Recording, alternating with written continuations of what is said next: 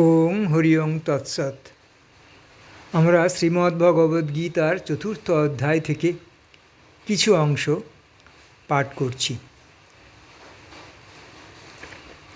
ব্রহ্মার প্রাণং ব্রহ্মহোবি ব্রহ্মাগ্নৌ ব্রহ্মণাহুতম ব্রহ্মৈব তেন গন্তব্যং ব্রহ্ম কর্ম সমাধিনা। অর্থাৎ যাহা ঈশ্বরকে অর্পণ করা হচ্ছে তা সকলই ব্রহ্ম, আর যেটি অগ্নি তাকে আমরা বলি ব্রহ্মাগ্নি। ব্রহ্মযুক্ত সেই অগ্নি, আর সেই ব্রহ্মাগ্নিতে ব্রহ্মার দ্বারা হুত হবি ব্রহ্মকর্মে সেগুলি ব্যবহার হচ্ছে। তাই সমাধিযুক্ত কর্তার গতিও হতে পারে ব্রহ্ম। যজ্ঞের নিমিত্ত আচরিত হলে কর্ম কেন প্রকৃষ্ট রূপে নিত্য পায়, তার কারণ এই যে মন ব্রাহ্মণাড়ির মধ্যে প্রবেশ করলে জ্ঞান ও জ্যোতি বিকাশ হতে দেখা যায় এবং বুঝতে পারা যায় যে সর্বং ব্রহ্মময়ং জগৎ, সারা বিশ্বময় এই সব ব্রহ্মের আকৃতি, ব্রহ্মের স্বরূপ এবং ব্রহ্ম দ্বারা সম্পৃক্ত। এজন্য সাধকের নিকট তখন অর্পিত এই বস্তু শারীরিক কারণ সকল যা তারা যজ্ঞকর্ম সম্পন্ন হয় তা সবই ব্রহ্মস্বরূপ। সর্বশরীর ব্যাপী তেজরূপে যে বৈশ্বানর অগ্নি তাও ব্রহ্মময়, তিনি নিজেও ব্রহ্মময়। তার হবি অর্থাৎ প্রাণ ও সহস্রধার বিগলিত সুধা প্রভৃতি সবই এই হবিষ্য পদার্থ সকলই ব্রহ্মময়। আর তার আহুতি দান রূপে হোমক্রিয়াও সঙ্গে সঙ্গে ব্রহ্মময় হয়ে ওঠে।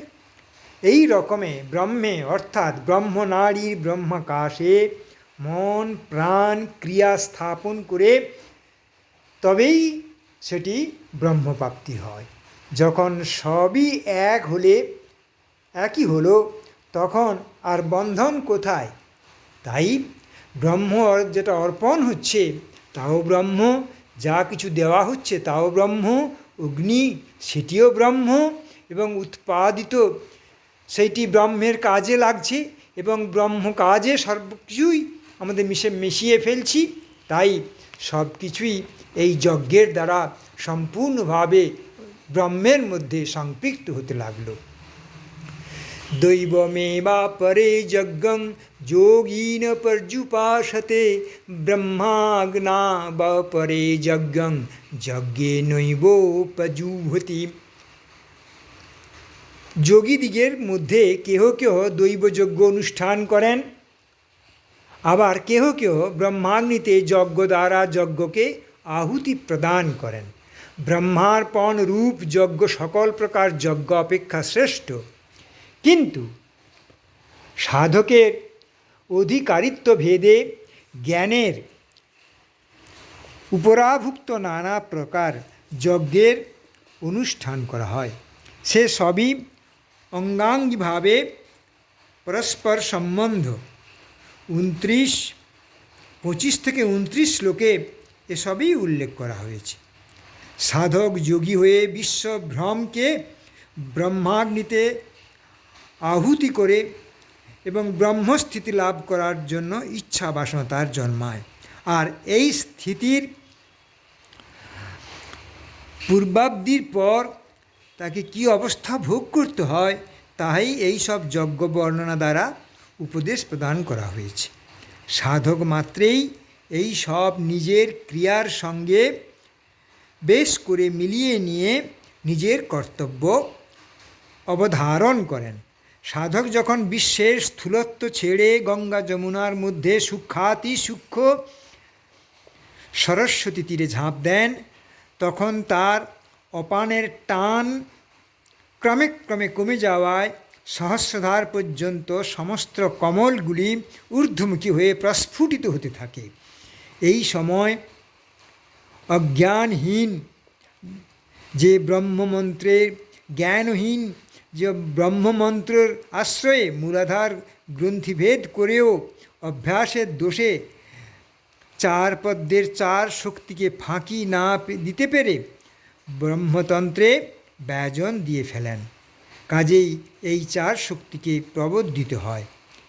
এখন থেকে নতুন বীজ বপন করে প্রতিষ্ঠানে উঠে বজ্রার মধ্যে এসেও আবার অসাবধানতায় জয় মহাশক্তি স্পর্শদোষে পড়ায় তাদেরকে প্রবোধ দিতে পারে।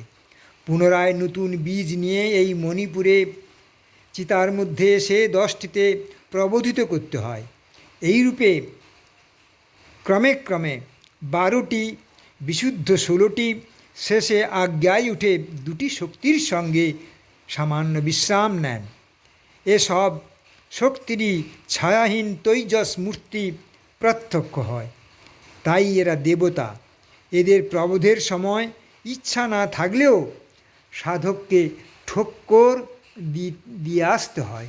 এই যে দেবতাদের গ্রহণ বা ত্যাগ বা পূজন বিসর্জন, একেই বলে দৈবযজ্ঞ। হরি ওং তৎসৎ। ওং বাসুদেবায় নমঃ।